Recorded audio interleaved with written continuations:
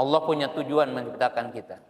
Kita hidup di dunia tidak semata-mata untuk makan, tidak semata-mata untuk minum, tidak semata-mata untuk melampiaskan seks, tidak semata-mata kita hanya untuk bertanding kekuasaan, tapi kita diperintahkan Allah Subhanahu wa taala untuk beribadah kepadanya.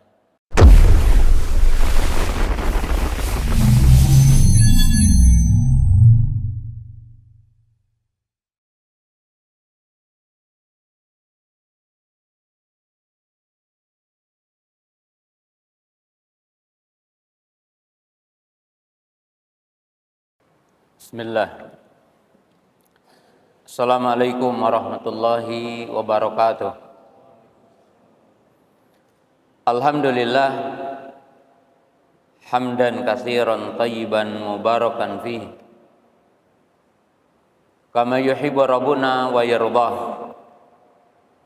Asyhadu an la ilaha illallah wahdahu la syarikalah wa asyhadu anna Muhammadan abduhu wa rasuluh.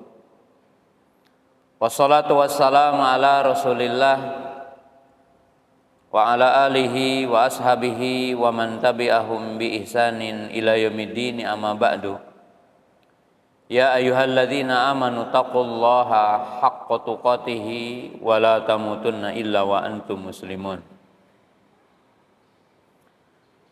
Kaum muslimin, para jamaah, para penuntut ilmu yang dimuliakan Allah Subhanahu wa taala,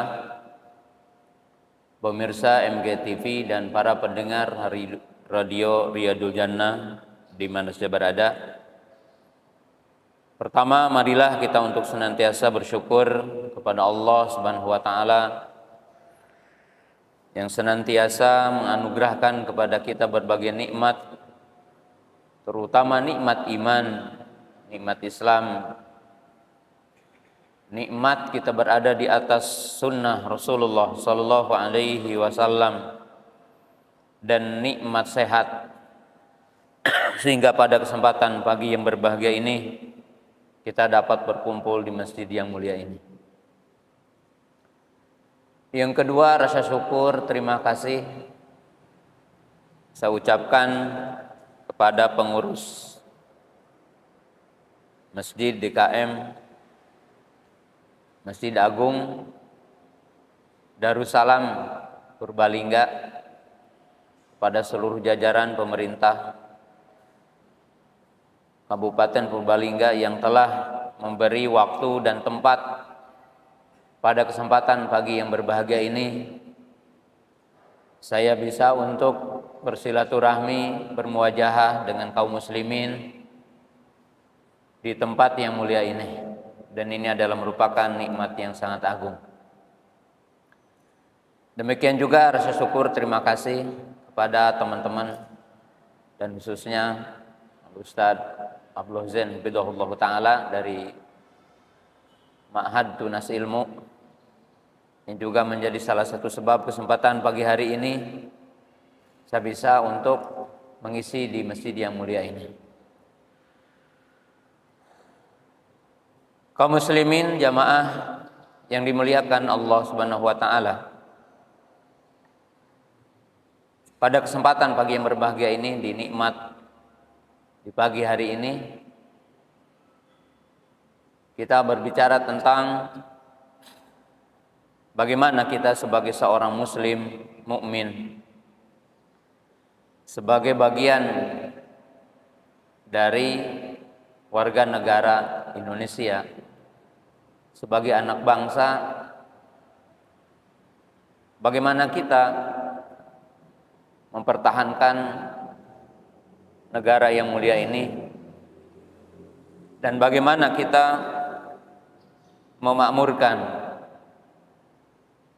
negara ini, dan bagaimana kita mempertahankan keamanan dan kedamaian. Poin yang pertama dan utama yang harus dipahami oleh setiap mukmin, bahwa tujuan Allah menciptakan manusia adalah dengan dua tujuan besar. Jadi ada dua tujuan besar Allah menciptakan manusia di muka bumi ini. Yang pertama, tujuan besar dan tujuan utama Allah menciptakan manusia di muka bumi adalah litahqiqi ibadatillah. Tujuan Allah menciptakan kita dan menciptakan manusia di muka bumi adalah agar manusia menghambakan diri kepada Allah, agar manusia mengikhlaskan ibadah kepada Allah, agar manusia taat kepada Allah. Allah berfirman dalam surah Ad-Dzariyat surah ke-51 ayat 56, "Wa ma khalaqtul jinna wal insa illa liya'budun." Tidaklah aku menciptakan jin dan manusia kecuali agar mengikhlaskan ibadah kepadaku, kata Allah. Bahkan kita pun diseru oleh Allah, artinya manusia dipanggil Allah. Dan panggilan yang pertama yang ada dalam Quran adalah panggilan agar kita beribadah kepada Allah. Jadi mungkin di antara kita di sini ada para mustami, bapak yang lahir sebelum merdeka, ada enggak? Ada yang lahir sebelum tahun 945, ada yang hadir di sini? Atau semuanya kita merasakan kemerdekaan sebelum kita merasakan pahitnya? Tapi yang jelas kita ke belakang dulu sebelum membicarakan judul itu, bahwa manusia dipanggil Allah dalam Quran. Panggilan yang pertama ada pada surah Al-Baqarah ayat 21. Panggilan yang pertama ini berupa panggilan untuk mengikhlaskan ibadah kepada Allah. Semua manusia seisi muka bumi dipanggil dengan panggilan yang sama. Yang merasa manusia dipanggil oleh Allah dengan panggilan yang sama. Dari semua suku yang berbeda, dari semua bahasa yang berbeda, dari kulit yang berbeda warnanya, dipanggil oleh Allah Ta'ala dengan satu panggilan. Ya ayyuhan nas, ya ayyuhan nasu budu rabbakumul ladzi khalaqakum walladzina min qablikum la'allakum tattaqun. Wahai manusia, beribadalah kepada Rabb kamu. Siapa Rabb kamu itu?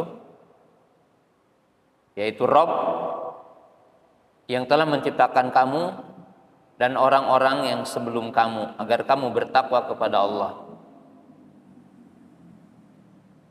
Kemudian dalam surah Al-Bayyinah, surah yang insya Allah para bapak, para ibu pemirsa hafal, Allah berfirman, wa ma umiru illa liya'budullah mukhlishina lahuddin.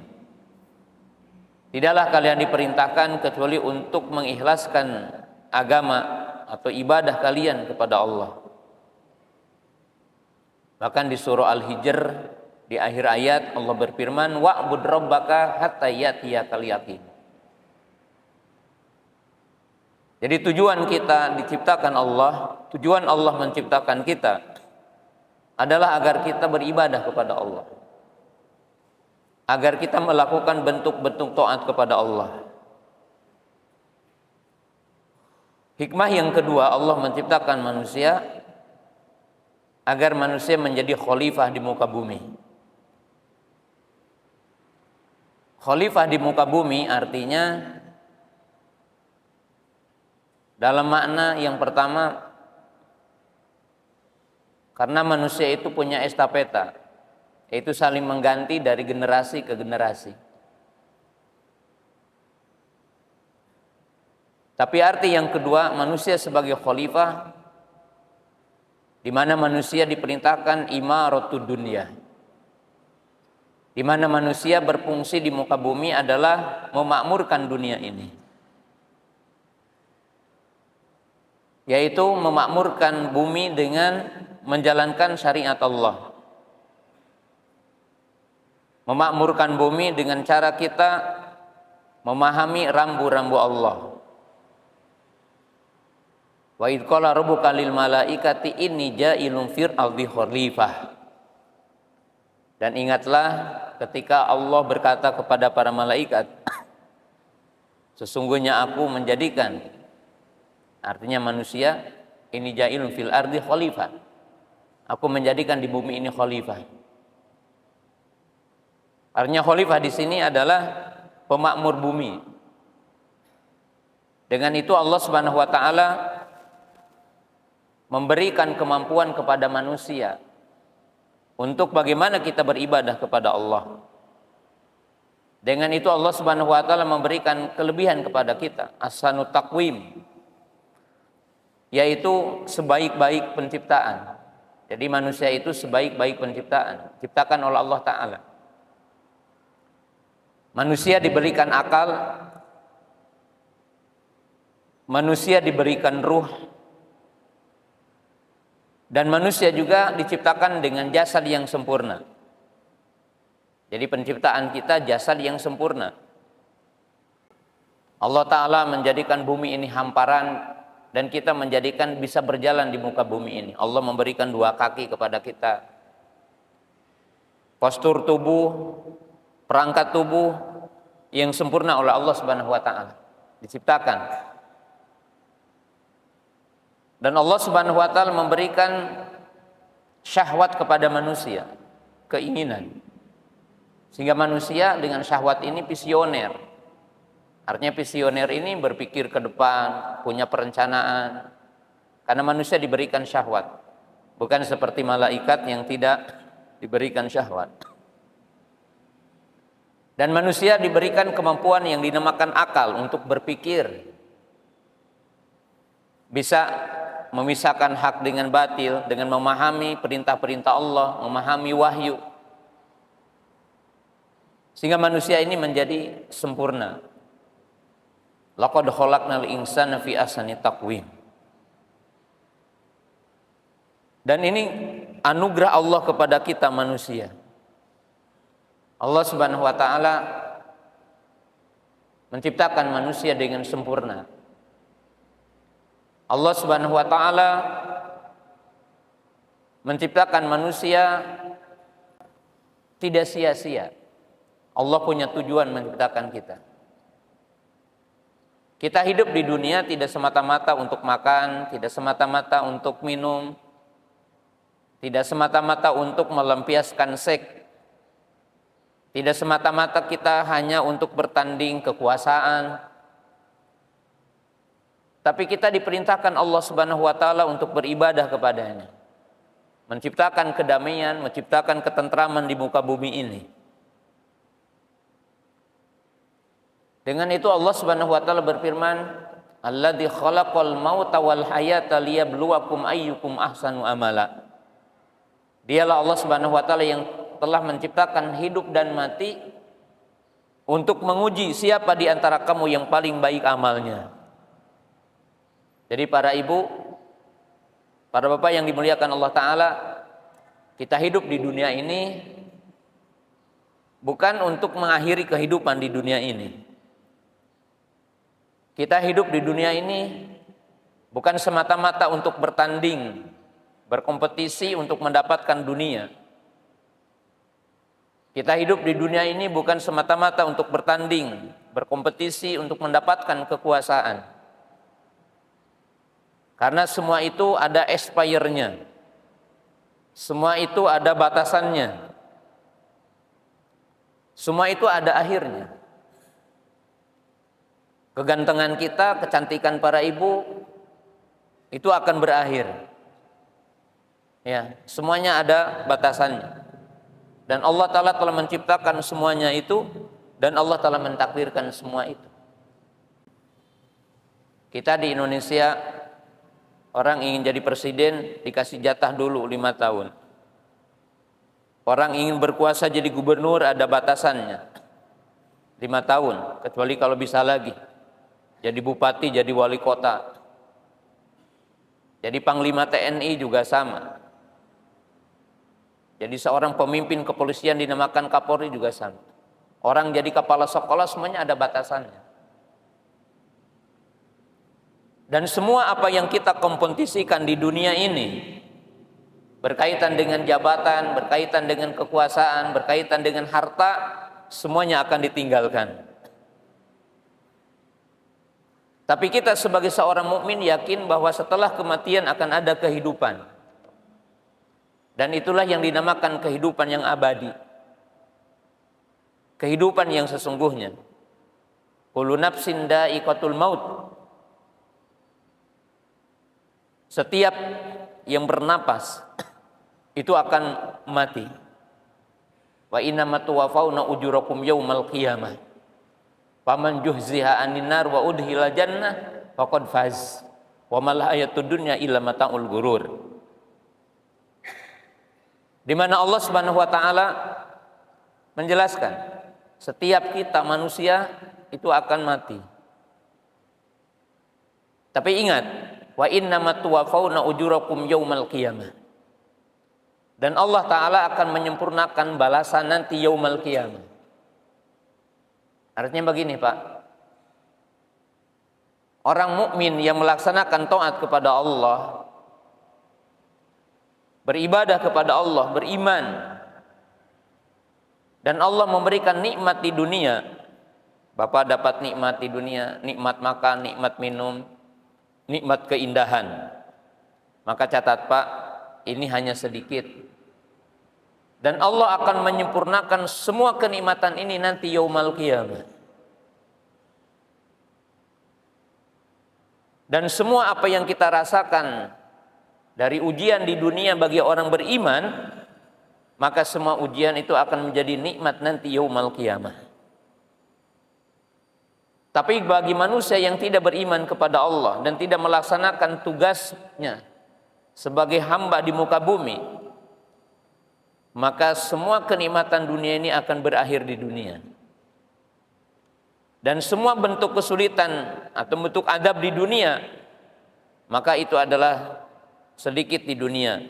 Dan Allah akan menyempurnakannya adab nanti yaumal qiyamah. Maka dengan itu Allah Subhanahu wa taala mengatakan faman zuhziha 'anil nar wa udkhila jannah faqad faz. Barang siapa yang diselamatkan dari api neraka dan dimasukkan ke surga, maka itulah adalah orang beruntung. Lalu Allah memperingatkan gini Bu, di ujung ayat, wa mal hayatud dunya illa mata'ul ghurur, dan tidaklah kehidupan dunia kecuali senda gurau, kecuali tipu daya. Maka semua manusia harus memahami dulu ini, bahwa Allah Ta'ala menciptakan kita semua dengan 2 tujuan besar.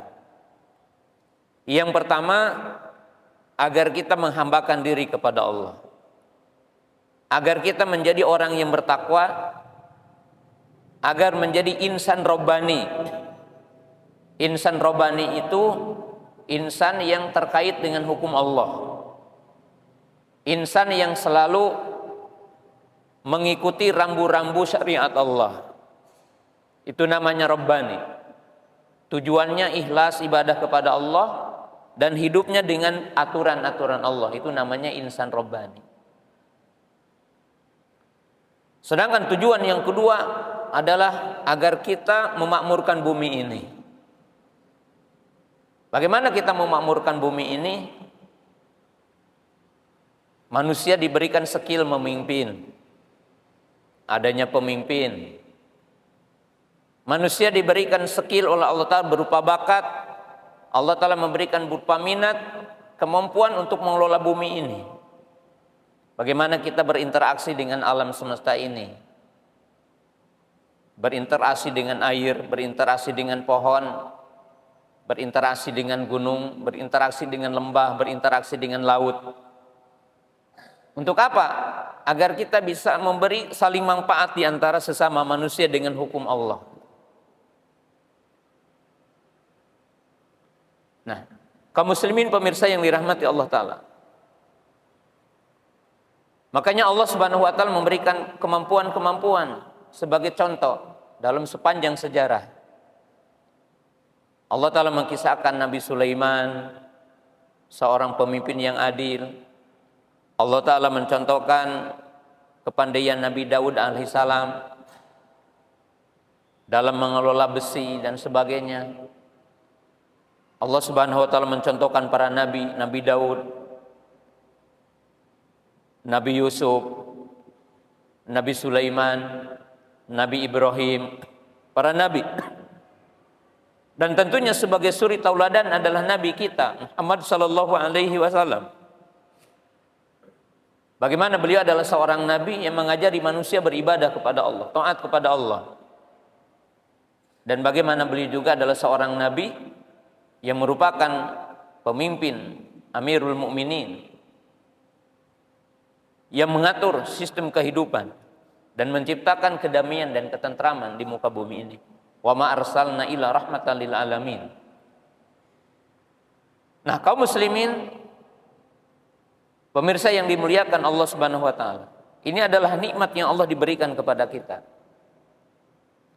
Ini adalah anugerah terbesar yang Allah Ta'ala anugerahkan kepada kita. Allah tidak menciptakan kita seperti binatang, tapi dengan tujuan yang agung, tidak sia-sia diciptakan oleh Allah Subhanahu wa Ta'ala.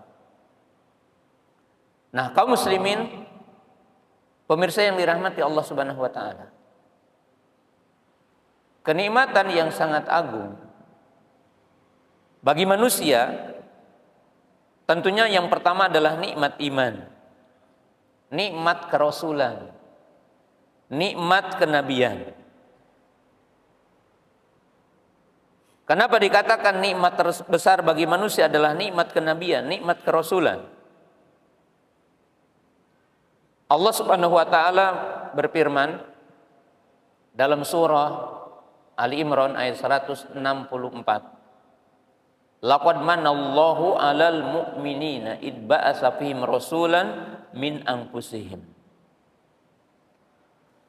Allah Subhanahu wa Ta'ala mengingatkan akan nikmat yang sangat agung ini, nikmat yang sangat besar. Apa nikmat itu?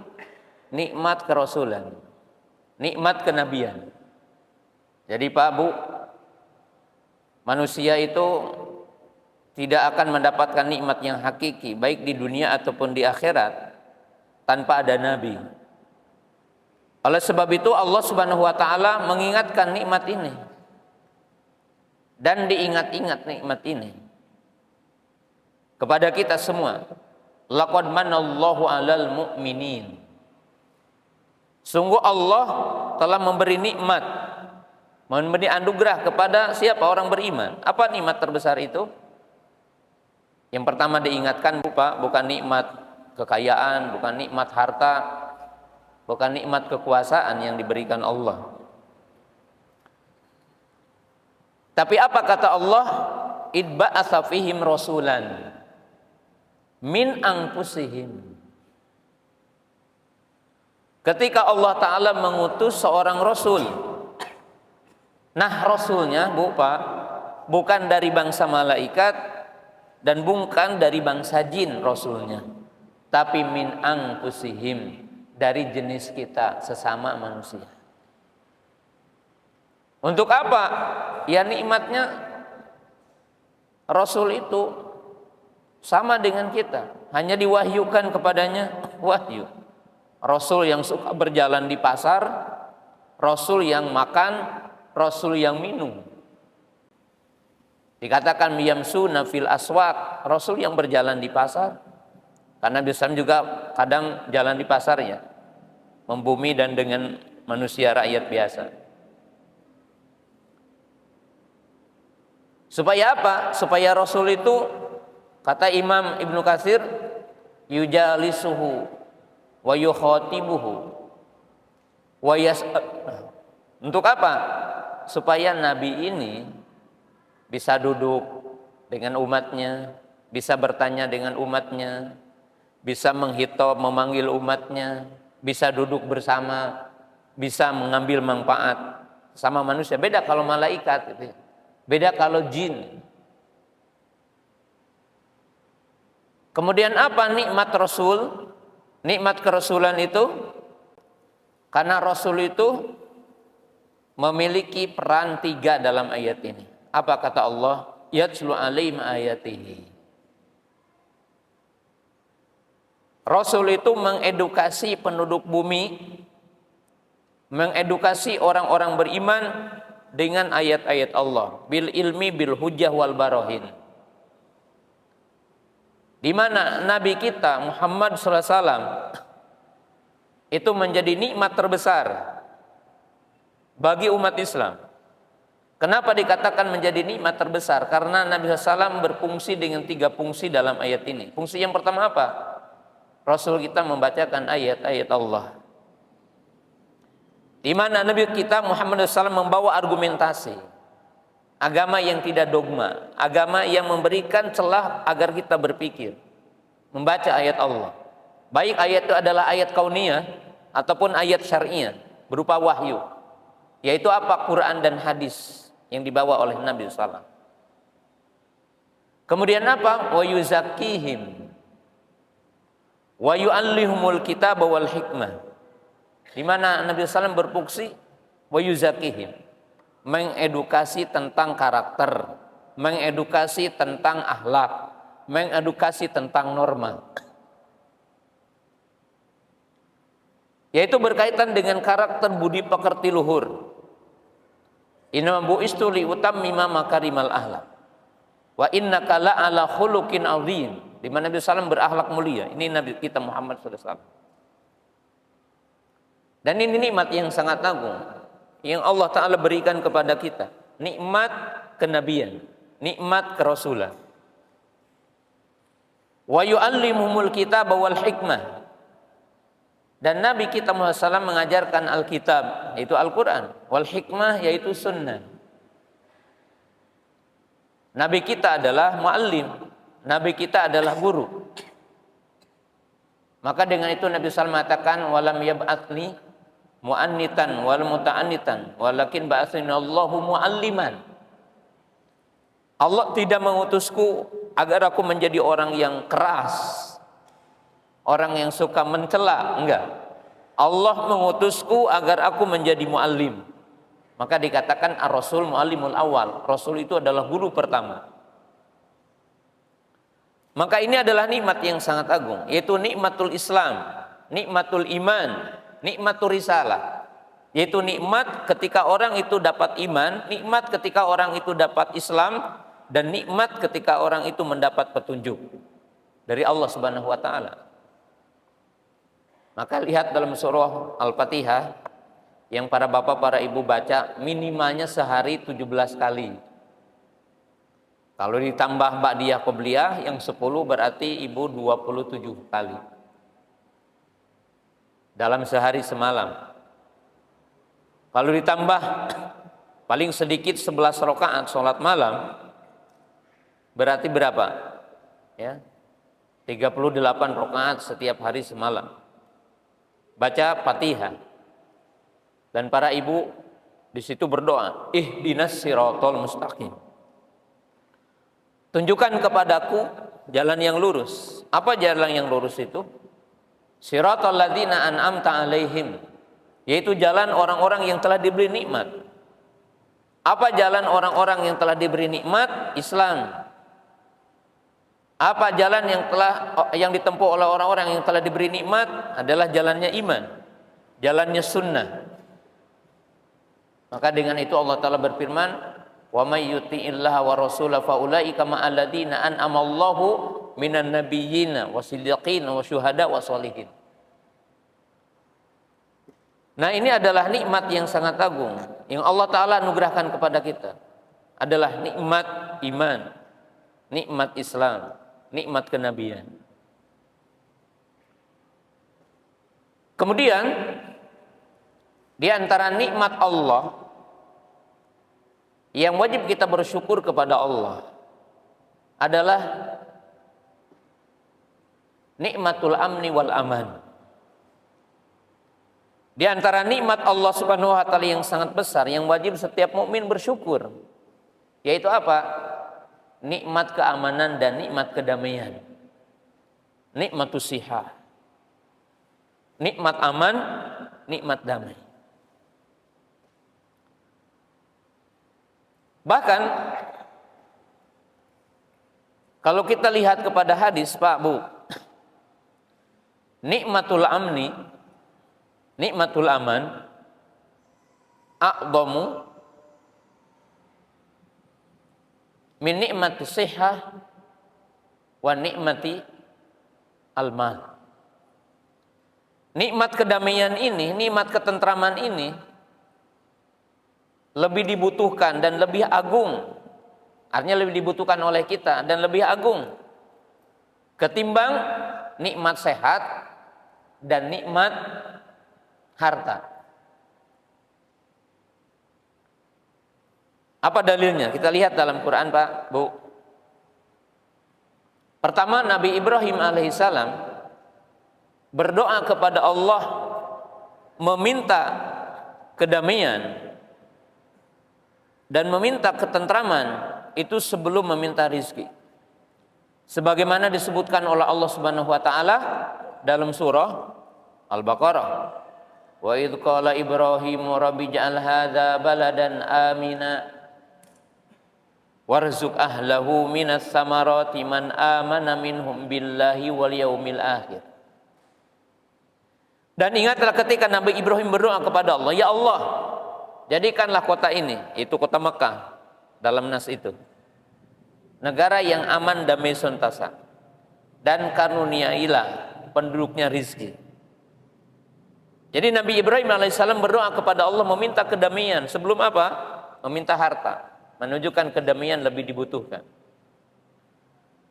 Dan dalam ayat yang lain, yaitu dalam surah Ibrahim ayat 35, wa id qala Ibrahim rabbi ja'al hadza baladan amina wajnubni wa bani an na'budal asnam. Dan ingatlah ketika Nabi Ibrahim alaihissalam berdoa kepada Allah, ya Allah, anugerahkanlah kota ini kota aman damai sentosa dan jauhkan aku dan keturunanku dari menyembah berhala. Berarti apa? Nikmat damai itu diharapkan. Karena tidak mungkin berdoa sesuatu yang tidak diharapkan. Dan yang menunjukkan nikmat damai lebih utama dari nikmat harta dan nikmat sehat, kita bisa lihat, Pak, doa Nabi SAW atau ucapan baginda SAW dalam hadis, man kana aminan, man asbaha aminan bisirbihi mu'afin fi jasadihi inda kutu yaumihi faqad hizat al-dunya bihadzafiriha. Jadi Nabi SAW mengatakan, barang siapa yang di pagi hari keluarga, istrinya, anaknya aman, tidak ada huru-hara, tidak ada kejahatan, tidak ada tsunami, tidak ada gempa, tidak ada banjir, tidak ada topan, ya, aman dari berbagai sisi. Kemudian yang kedua apa? Sehat jasadnya. Kemudian yang ketiga, orang itu tidak perlu banyak harta, katanya, Bu. Tidak perlu banyak harta, katanya, Pak. Tapi apa? Cukup di hari itu punya harta yang mencukupi kebutuhan hari itu untuk dirinya, untuk istri dan anaknya. Maka sungguh Allah telah mengumpulkan dunia dan seisinya kepadanya. Artinya nikmat dunia cukup itu. Kenapa? Karena kalau uang yang di bank, uang yang di brankas, harta yang di sana itu belum tentu besok milik kita, kan? Hakikat kenikmatan yang dikonsumsi kita hari ini itu. Lihat dalam hadis ini, Pak, Bu, bahwa Nabi SAW mengatakan barang siapa yang di pagi hari aman, sirbi itu keluarganya, istrinya aman, anaknya aman dari semua mara bahaya. Ya, aman dari apa? Umpamanya aman dari penjajahan, aman dari kedzaliman, aman dari bencana. Kenapa disebutkan aman dulu sebelum sehat? Kenapa disebutkan aman dulu sebelum harta? Para ulama dulu ditanya, kenapa katanya Nabi SAW menyebutkan Nilai keamanan itu didahulukan sebelum sehat dan sebelum harta. Ada ulama yang mengatakan, coba saya akan kasih misal, kasih percontohan. Ada kambing itu kambing gembalaan. Di sekitarnya ada padang Sahara, ada lembah lumput menghijau. Tapi di sekitarnya ada serigala. Jadi sekitar itu ada serigala. Maka kambing itu akan mati kelaparan. Kenapa? Sehat dan ada rumput tapi tidak aman. Tapi bandingkan sekarang ada kambing yang pincang dan aman. Dia masih bisa berjalan mencari rumput itu. Walaupun dia tertati-tati. Kenapa? Karena aman walaupun dia sakit. Bayangkan dulu ketika orang-orang tua kita, pejuang-pejuang kita dulu mau sholat, kadang mungkin takut dengan senjata, suara ini, takut dengan penjajah, takut dengan ini. Kita sekarang diberikan nikmat oleh Allah Subhanahu wa taala. Nikmat apa? Nikmat kedamaian, nikmat ketentraman. Oleh sebab itu, Allah Subhanahu wa taala mengingatkan dalam Al-Qur'an berkali-kali. Di dalam Al-Qur'an dalam ayat yang sangat pendek. Alladzi at'amahum min ju' wa amanahum min khauf. Dan kita diperintahkan untuk menyembah Allah saja. Kenapa? Wahai bangsa Arab, wahai kaum Quraisy, kalian ini telah diberikan berupa nikmat Allah kedamaian. Maka Allah berfirman, "Falyabudu rabb hadzal bait." Siapa? Alladzi at'amahum min ju' wa amanahum min khauf. Ya. Kenapa? Karena ini nikmat.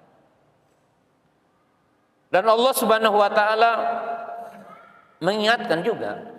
Ini diingatkan ke bangsa Quraisy. Diingatkan kepada musyrikil Quraisy. Dan otomatis kepada kaum muslimin yang telah merasakan itu. Apa kata Allah? Ya.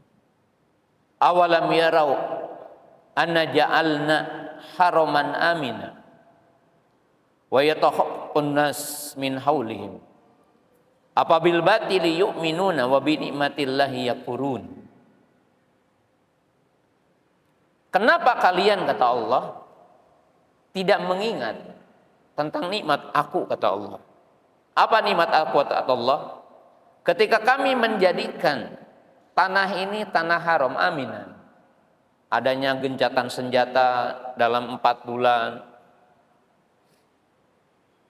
Ya. Yaitu apa?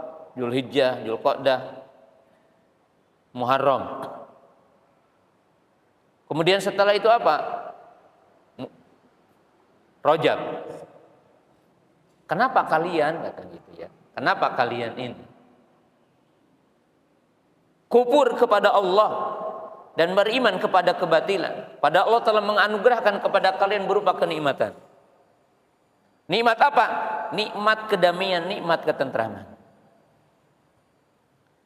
Para ibu, para bapak, hari ini kita sholat, mau adzan, mau taklim, mau belajar, aman, alhamdulillah. Secara kaidah umum bahwa kita berada di negara ini dalam kondisi aman.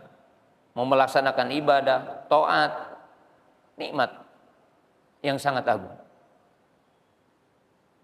Lalu bagian terakhir dari kajian kita ini, bagaimana kita itu mempertahankan nikmat ini. Dan bagaimana kita menciptakan negara yang aman, damai, sentosa. Apa wasilahnya? Wasilahnya. Wasilah yang pertama, dan ini wasilah yang utama, adalah al-ilmu. Para ibu, para bapak yang dimuliakan Allah Ta'ala, untuk terciptanya keamanan dan kedamaian itu dengan ilmu.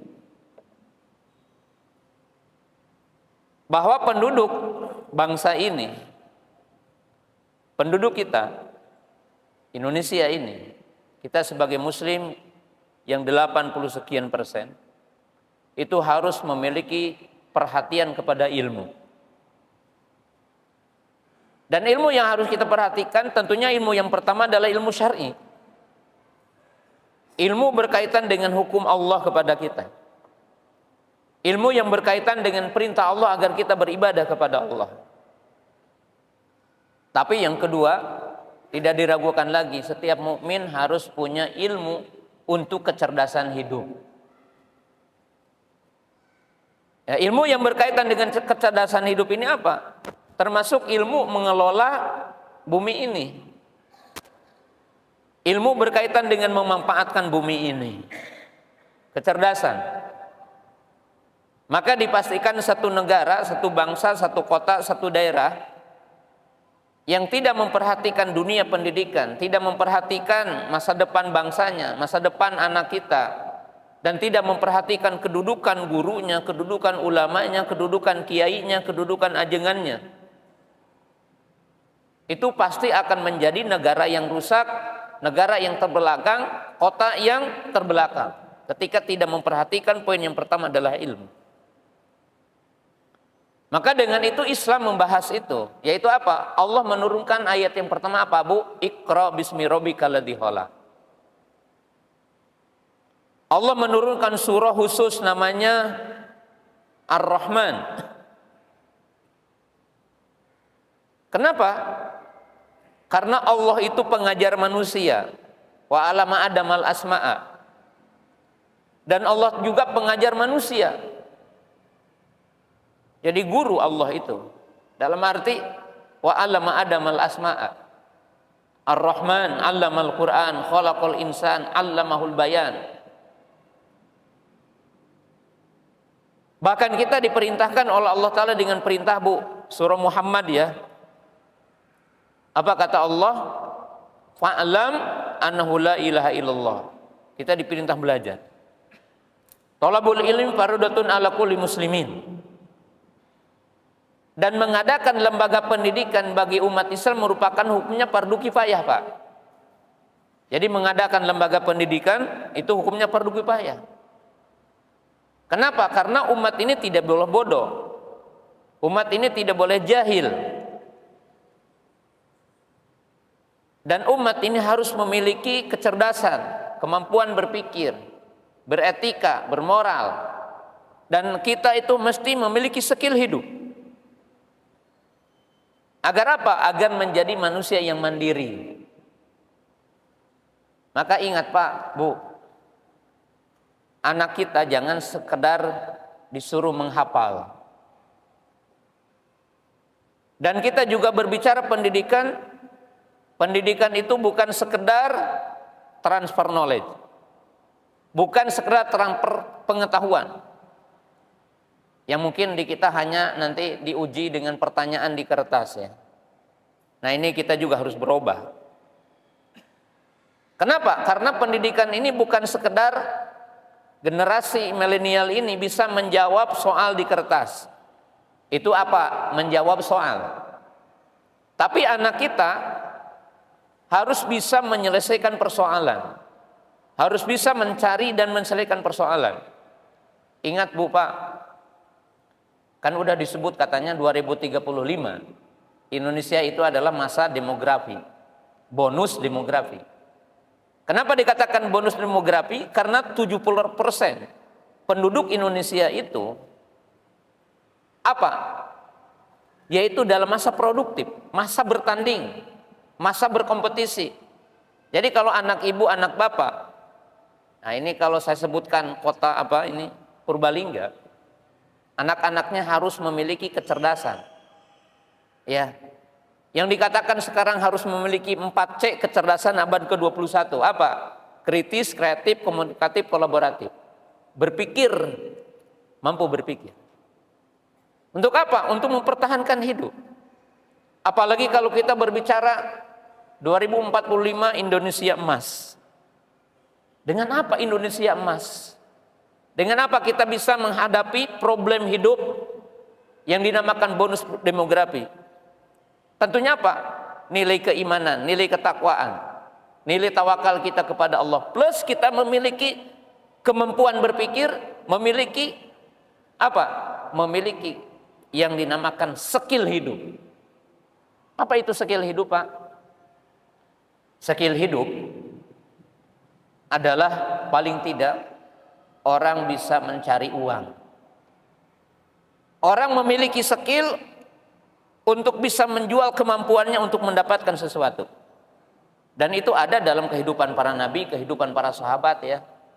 Karena Daud la yaqulu illa min amali yadihi. Daud alaihissalam tidak makan kecuali dengan tangannya. Menunjukkan apa? Punya skill. Jadi anak antum bukan hanya disuruh menghafal. Orang menghafal belum tentu bisa kerja. Ya. Orang menghafal belum tentu dia bisa berpikir. Ini tantangan kita. Bagaimana kita menjadi bagian dari negara ini? Ya, punya potensi-potensi yang sangat besar yang harus dikembangkan. Nah, ini kewajiban, Pak. Jadi salah satu potensi bagaimana kita bisa mempertahankan kenikmatan ini ada dengan ilmu. Ilmu syar'i, mengenal halal haram, mengenal perintah Allah, mengenal aturan Allah. Kemudian apa? Kehidupan ini orang belajar. Belajar tentang apa? Skill hidup. Yang kedua, bagaimana keamanan dan kedamaian ini akan muncul dengan mendhahirkan syariat Allah. Dengan nampaknya syariat Allah Subhanahu wa taala. Antum tunaikan salat, tunaikan puasa, tunaikan zakat, tunaikan haji, ucapkan salam dengan tetangga, ucapkan salam dengan teman. Sampai orang mukmin itu memindahkan duri dari jalan. Orang mukmin kencing tidak sembarangan, itu menciptakan kedamaian, ketentraman. Yang pertama harus didampakkan adalah tauhid. Ini merupakan syiar Allah. Maka Allah berfirman, alladzina amanu wa lam yalbisu imanuhum bidzulmin ulaika lahumul amnu wa hum muhtadun. Orang-orang yang beriman dan tidak mencampur adukan keimanannya dengan kezaliman, maka bagi mereka adalah keamanan, kedamaian, ketentraman, dan bagi mereka petunjuk. Keamanan di mana? Di dunia. Keamanan di mana? Di akhirat. Selamat dari neraka, masuk surga. Di dunia selamat dari keburukan. Wa'adallahu alladziina aamanu wa 'amilus shalihat la yastakhlifannahum fil ardi kama istakhlafa alladziina min qablihim wa la yumakkinanna lahum dinahum alladzi irtadalahum wa la yubadilna lahum min ba'di khaufihim amna ya'budunani la yusyrikuna bi syai'a. Ini surah An-Nur ayat 55. Allah berjanji kepada orang-orang beriman. Kemudian siapa? Yang beramal soleh. Jadi kalau amal soleh ini nampak, maka Allah akan memberikan 3 hal. Ini janji Allah dalam surah An-Nur ayat 55. Kalau nampak iman, nampak cabang-cabang iman, nampak amal soleh, maka Allah berjanji 3 perkara. Yang pertama akan diberikan kekuasaan. Yang kedua akan dirubah dari rasa takut kepada rasa aman. Yang ketiga akan dibuat teguh dalam imannya. Kapan? Apabila mereka beribadah kepadaku dan tidak menyekutukan aku dengan sesuatu apapun. Allah berfirman dalam ayat yang lain, wala yansurunallahu may yansuruh innallaha laqawiyyun aziz alladzina in makannahum fil ardi aqamus sholata wa atau zakata wa amaru bil ma'ruf wa nahu 'anil munkar. Jadi kalau ingin damai, ingin tentram, periksa masjid-masjidnya tegak sholat berjamaah enggak? Mohon maaf ya. Ini dalam pandangan kita umat Islam. Jadi kalau seorang bupati, gubernur seorang Kapolres ingin memastikan daerahnya adalah aman, maka yang diperiksa masjidnya dulu. Karena dalam ayat yang tadi, alladzina in makannahum, itu orang-orang yang ketika kata Allah kami berikan ketenangan, berikan kekuasaan, maka mereka menegakkan sholat. Ya. Jadi diperiksa dulu. Ini masjid-masjid yang ada di satu kabupaten Purbalingga diperiksa. Berapa jamaah subuhnya? Diperiksa dulu. Kenapa? Alladzina in makannahum aqamus sholata. Yang kedua apa? Penguasa berhak memeriksa orang kayanya. Kalau ingin damai semesta, tidak ada pembunuhan, tidak ada pencurian, dan terjadi kedamaian apa? Periksa orang kayanya. Maka dalam Islam ada yang dinamakan su'at. Su'at itu apa? Petugas pemungut zakat. Petugas pemungut zakat berhak untuk apa? Mendeteksi, mengobservasi semua orang kaya, berapa kekayaannya. Kira-kira berapa zakatnya nih orang-orang ini, diperiksa. Nah, kalau kita kan sekarang ada ya, pemeriksa apa? Pajak ya. Nah, kenapa di situ apa? Dikatakan wa atau zakat, tunaikan zakat. Jadi kalau orang-orang kaya menunaikan zakat wajibnya, kemudian setelah itu adalah menunaikan sunnah, apa sunnahnya? Yang berkaitan dengan sunnah adalah apa? Infak, sedekah, lihat orang miskin, lihat yatim, itu indah. Berikutnya apa? Lihat nih, wa amaru bil ma'ruf wa nahyu 'anil munkar. Berapa juru dakwahnya yang ada di sebuah kota yang ngajak orang sholat, yang menjelaskan perintah Allah, yang menjelaskan tauhid. Kemudian apa? Pastikan ketika ada kemungkaran, ada yang mengingkari kemungkaran itu. Maka akan terjadi kedamaian di kota itu. Dan akan terjaga terus kedamaian, ketentraman. Karena itu merupakan janji Allah dan peraturan Allah. Zahir.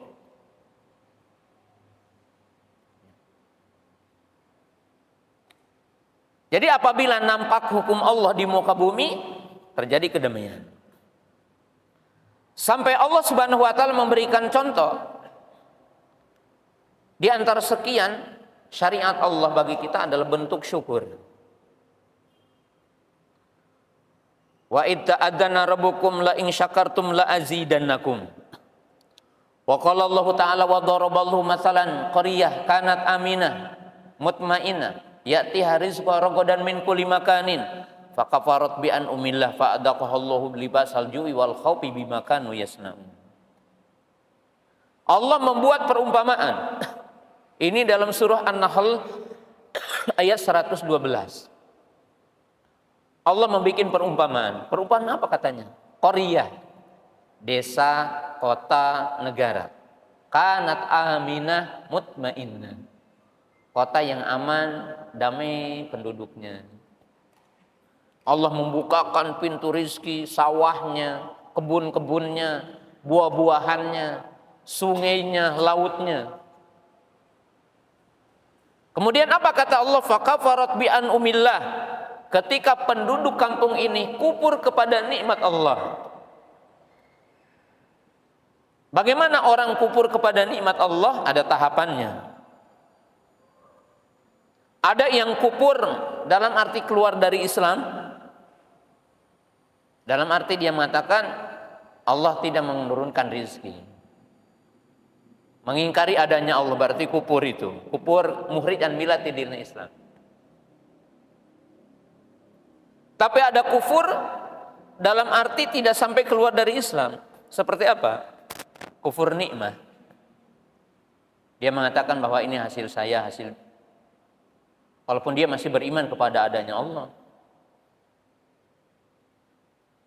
Kemudian setelah itu apa? Orang-orang yang mendapatkan nikmat Allah tidak memproyeksikannya dalam syariat Allah.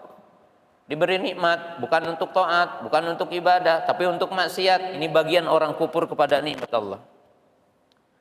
Maka apa hukuman Allah? fa'adaqahallahu libasal ju'i wal khaufi bima kanu yasnaun.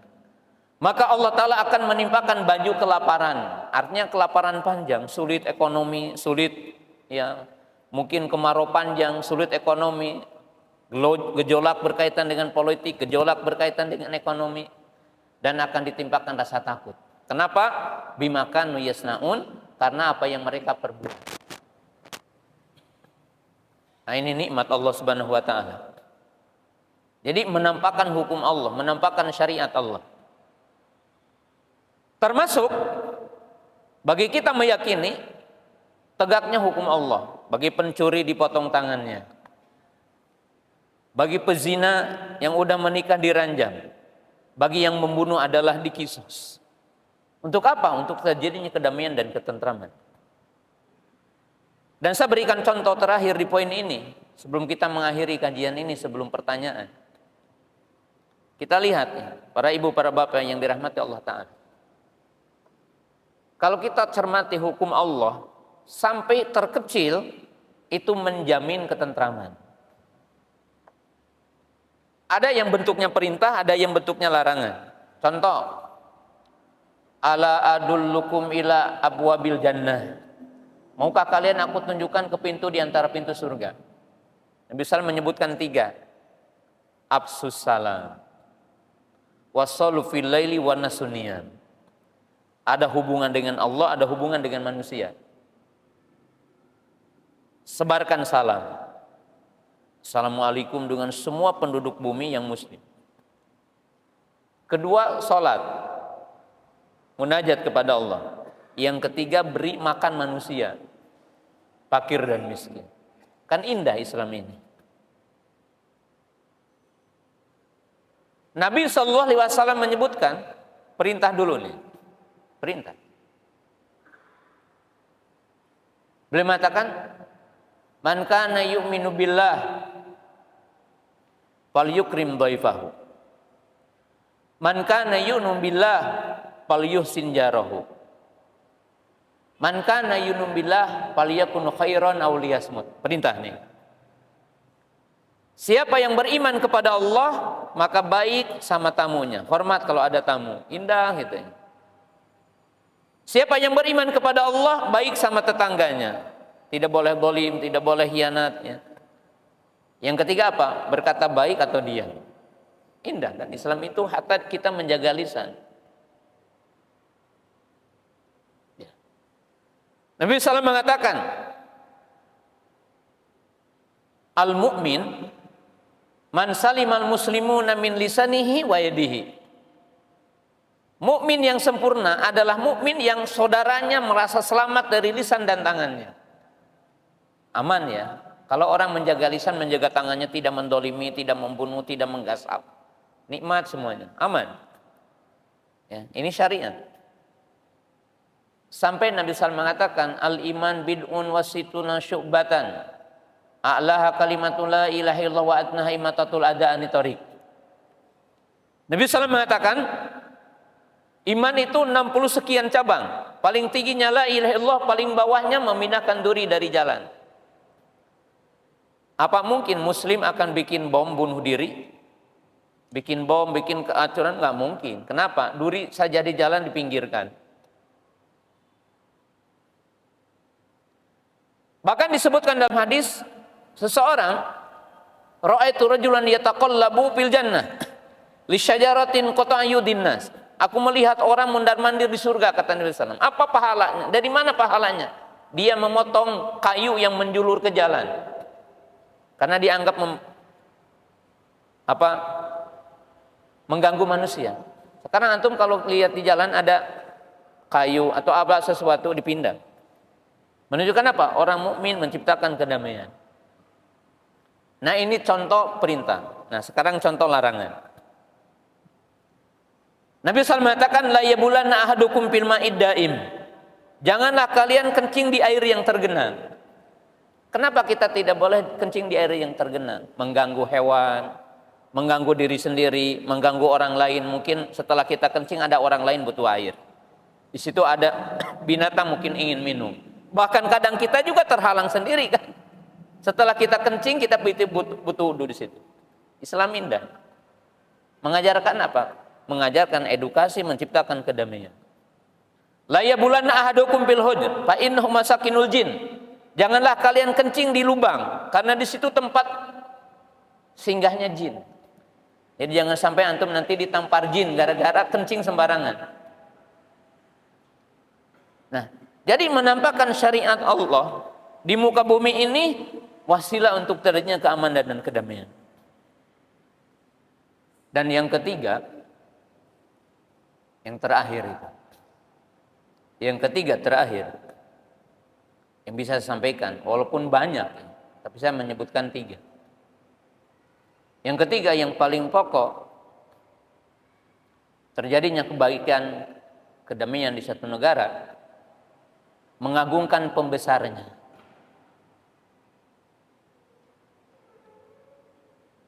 Karena penjaga bumi untuk ciptakan kedamaian 2. Siapa? 1 ulama, yang kedua adalah umaro, pemimpin. Makanya kata Imam Syafi'i, Pak, lihat ada ungkapan Imam Syafi'i yang beliau mengatakan, kamu jangan singgah di satu negeri kecuali di negeri itu ada 4, katanya. Jadi ada 4 perkara yang bisa membuat damai orang, katanya.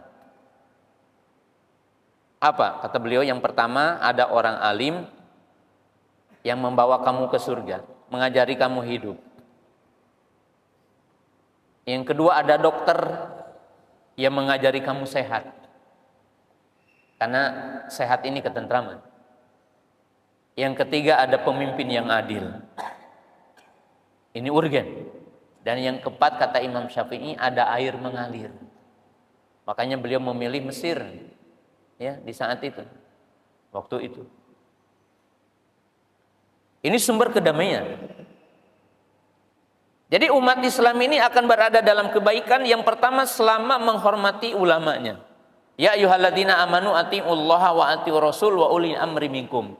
Di mana Abdullah bin Abbas mengatakan ulil amri minkum, 1 ulama, kedua adalah umaro, pemimpin. Jadi umat Islam diwajibkan untuk menghormati ulama. Fas'alu ahla dzikri in kuntum la ta'lamun. Mendudukan orang berilmu, kedudukannya, menghormati, kita berhidup dengan bimbingan mereka. Dan ini kedamaian. Membukti, saya sebutkan bukti untuk poin ini. Disebutkan dalam hadis Abu Sa'id, diriwayatkan oleh Imam Muslim, kana piman kana qablakum rajulun yaqtulu tis'atan wa tis'ina rajulan. Dulu katanya ada orang yang membunuh 99 orang dan dia ingin bertaubat. Tapi di kala pertama dia bertaubat, yang ditanya ahli ibadah tapi sempit ilmunya. Seorang rohib. Dia bertanya, aku telah membunuh 99 orang. Apakah mungkin Allah mengampuni dosaku dan terbuka pintu taubat bagiku? Dia berkata, enggak mungkin, kamu udah bunuh 99. Akhirnya dibunuhlah si itu rohib dan jadilah 100 yang dibunuh. Tidak lama kemudian terbetik lagi dalam hatinya, terdorong untuk taubat. Maka ia mendatangi ahlul ilmi, orang yang paling alim dari penduduk bumi ini. Dia bertanya, aku telah membunuh 100 orang, adakah pintu taubat bagiku? Maka orang alim itu berkata, apa yang menghalangi kamu dengan taubat? Allah menerima taubat seorang hamba sebelum sakratul maut, sebelum terbitnya matahari dari barat. Tapi jika kamu ingin bertaubat, jangan pulang ke negeri kamu. Pergi ke negeri sana, di sana ada orang soleh, kemudian beribadahlah dengan mereka. Akhirnya dia berangkat dan meninggal dunia sebelum sampai. Tapi yang pada intinya husnul khotimah. Menunjukkan apa? Bahwa orang akan berada dalam nikmat ketika dengan orang berilmu. Itu dalam kisahnya. Kemudian penutup, ya. Kenikmatan, kedamaian. Ketika kita umat Islam diperintahkan Allah dan Rasulnya untuk mentaati pemimpin kita,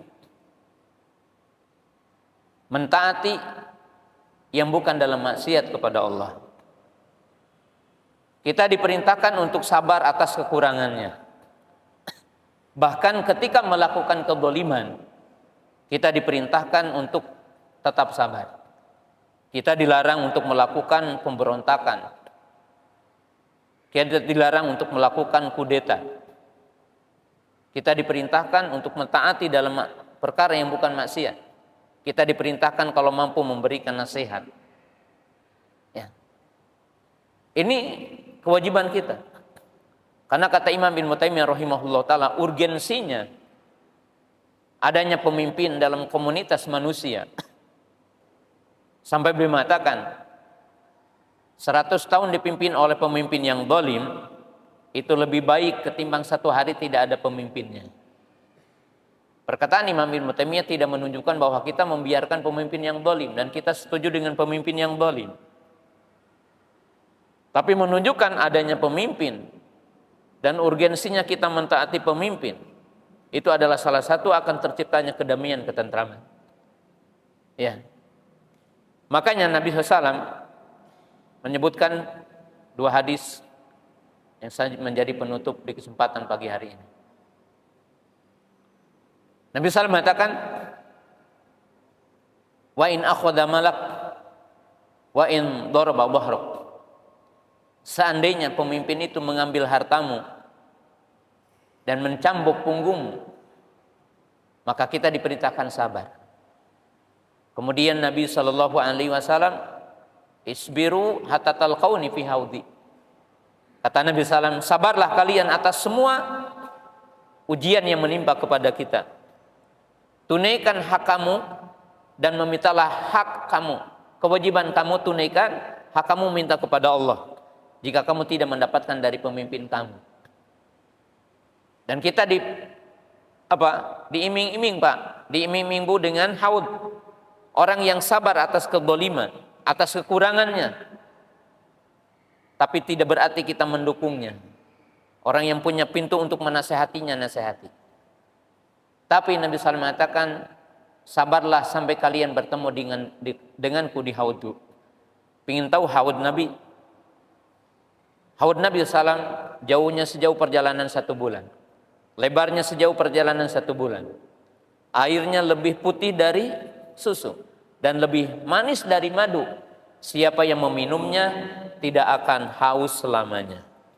Itu adalah haud yang disediakan oleh Allah Subhanahu wa taala bagi orang-orang yang berada di atas Islam, di atas iman, di atas sunnah, dan memiliki kesabaran atas semua keburukan yang menimpa kepadanya. Nah, kaum muslimin, pemirsa yang dimuliakan Allah Subhanahu wa taala, barangkali itulah yang saya bisa sampaikan di kesempatan pagi hari ini berkaitan dengan judul bagaimana kita mempertahankan, menjaga keamanan dan kedamaian, kenikmatan yang Allah Ta'ala anugerahkan berupa nikmat kemerdekaan.